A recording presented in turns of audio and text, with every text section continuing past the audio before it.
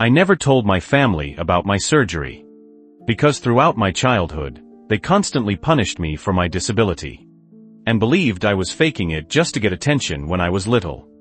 I came from an extremely poor, uneducated, and prejudiced family, in a small town in Arkansas, USA. Since birth, I had a congenital condition that affected my ability to walk. Instead of taking me to the doctor or getting treatment, my parents, especially my father, believed I was pretending for attention.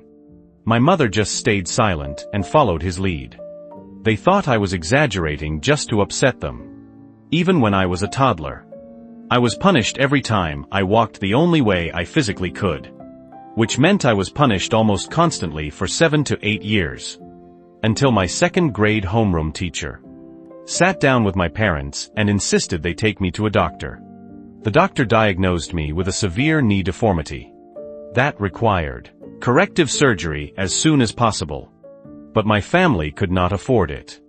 So I wore leg braces and did physical therapy, which did not help since it was a congenital defect. Even after the medical diagnosis, my parents still believed I had faked it for so long that it affected my body. They blamed me for my condition, and constantly reminded me how much money they had to spend because of me. I grew up surrounded by ridicule from other kids, harsh words from adults, pitié ordi d'un from stranger. Even during my wedding in Texas 2 years ago, someone whispered, "I wonder if she still limps."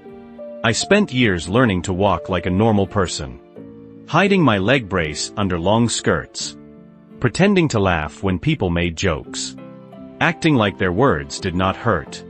I used to tell myself that there was nothing wrong with me, that I was not disabled, just different. But when I turned 30, I started having numbness, pain, and loss of sensation in my legs. Walking became harder and harder. My doctor told me to see an orthopedic surgeon immediately. I went to a specialized hospital in San Diego, California. The surgeon was shocked that I could still walk at all. He took scans, made notes, and asked so many questions. He said mine was one of the most severe cases he had ever seen. Most people with my condition had it fixed in childhood. The scans showed tissue damage and nerve compression. Surgery was necessary if I wanted to keep walking. I signed the papers and scheduled it for the following month. Since then, I have had a storm of emotions. I did not know how to tell my parents, because I had kept silent for so long.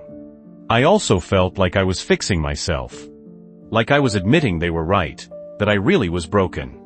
I had spent 30 years defending this part of my body, and now that it would be changed, I felt like I was betraying myself.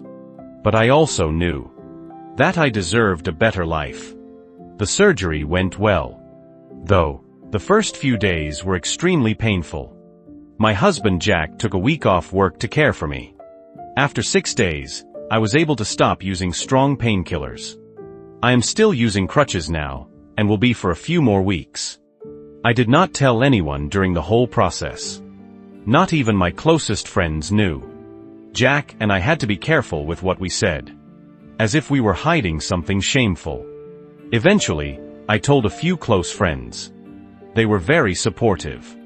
And then I started feeling like I was lying to my mom when she called asking if anything was new. One day, I simply said, "I had surgery 2.5 weeks ago." She was shocked and went silent for a while. She asked why I had not said anything. And I replied, "Because this has always been such a tense subject in our family." Her voice sounded genuinely regretful. We did not talk long because I was busy studying. But that night, I wrote a post on Facebook. I shared about growing up with a disability, the painful things people said, the shame, the isolation, and how I even considered hiding my surgery.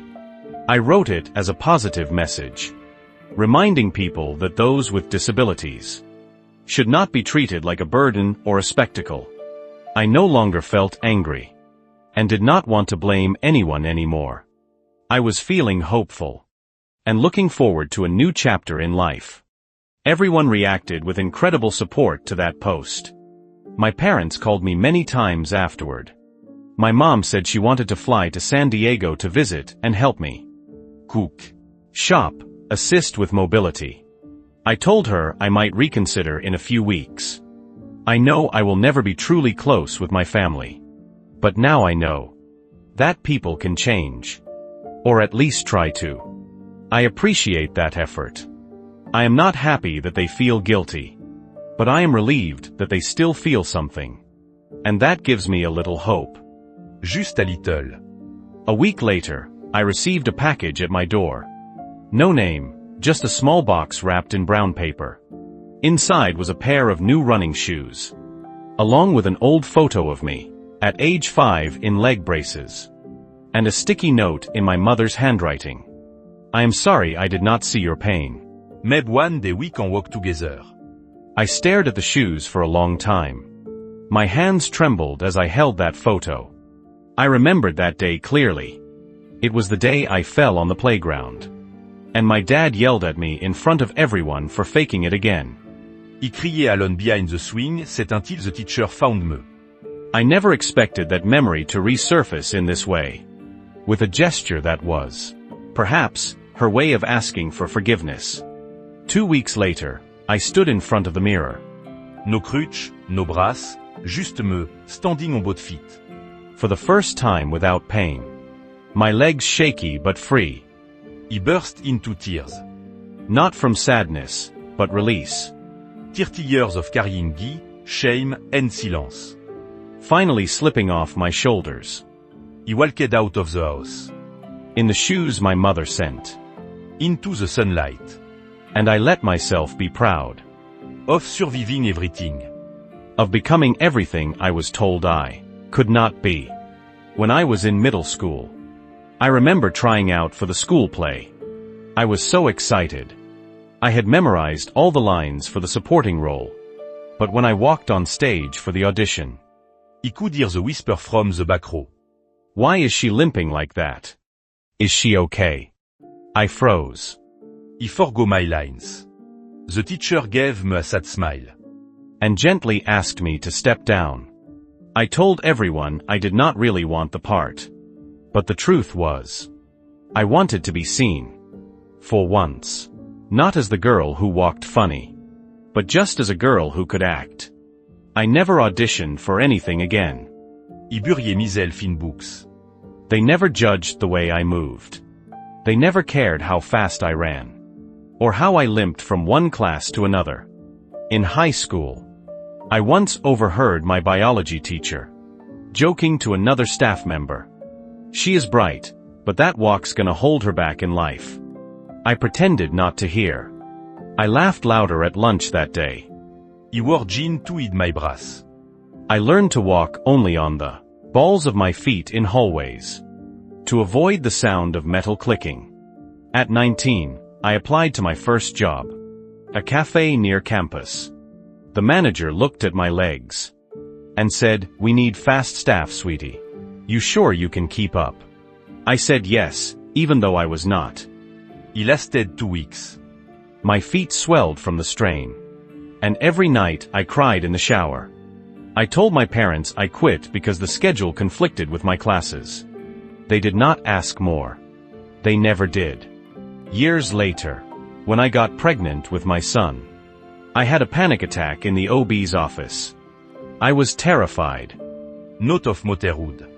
But of the idea that I would pass my condition to him. What if he walked like me? What if he limped into a classroom? And heard the same words I did? What if someone punished him for something he could not control? I broke down. The nurse held my hand and said, "You are stronger than you think." My son was born healthy. Perfect. He took his first steps at 14 months. And I cried watching him.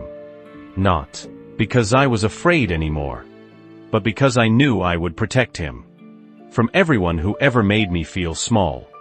When he was 5. He asked why Mommy's legs had so many scars. I told him, because Mommy used to fight dragons. He smiled. And said he wanted scars too. Because he wanted to be brave like me. I laughed.